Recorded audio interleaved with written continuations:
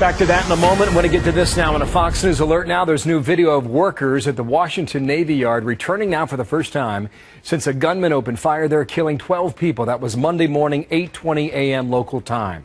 And now details about the shooter, Aaron Alexis.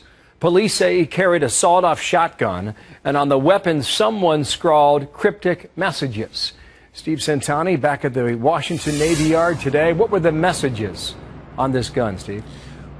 Well, Bill, as you know, Aaron Alexis did buy this Remington shotgun just Saturday in Virginia, not far from here.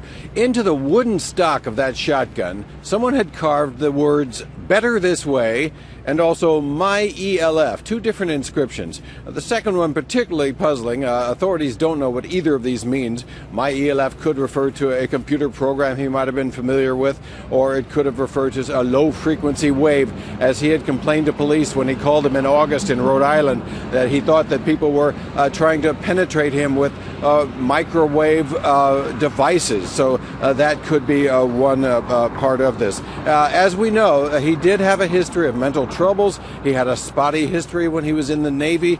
He did have some run-ins with police, some of them involving weapons, raising a lot of red flags, as Chuck Hagel, the defense secretary, acknowledged yesterday, and here's what he had to say. Where there are gaps, we will close them. Where there are inadequacies, we will address them. And where there are failures, we will correct them. We owe the victims, their families, and all our people nothing less. Hagel has ordered a review of base security and clearance procedures at U.S. military bases around the world. Bill? Well, there's something we're trying to hunt down on this, too, about the SWAT teams, the early response teams from the U.S. Capitol Police that were given a stand-down order after they had arrived at Building 197. What about that, Steve? Yeah, that's what we're hearing. As you know, quite a few police agencies responded immediately. Apparently, Capitol Police was among them. But when they were about ready to respond, to actually confront the gunman, they were told to stand down, to back off. We don't know exactly why.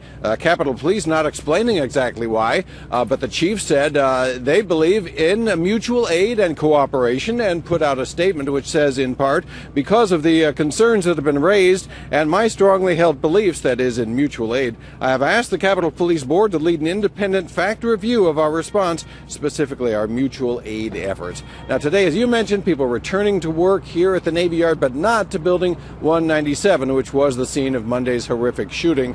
The F.B.I. on the scene still. That's a crime scene. They've commandeered the gym at the base to use as their command headquarters. Back to you, Phil. Thank you, Steve. Steve Centani back at the Navy Yard.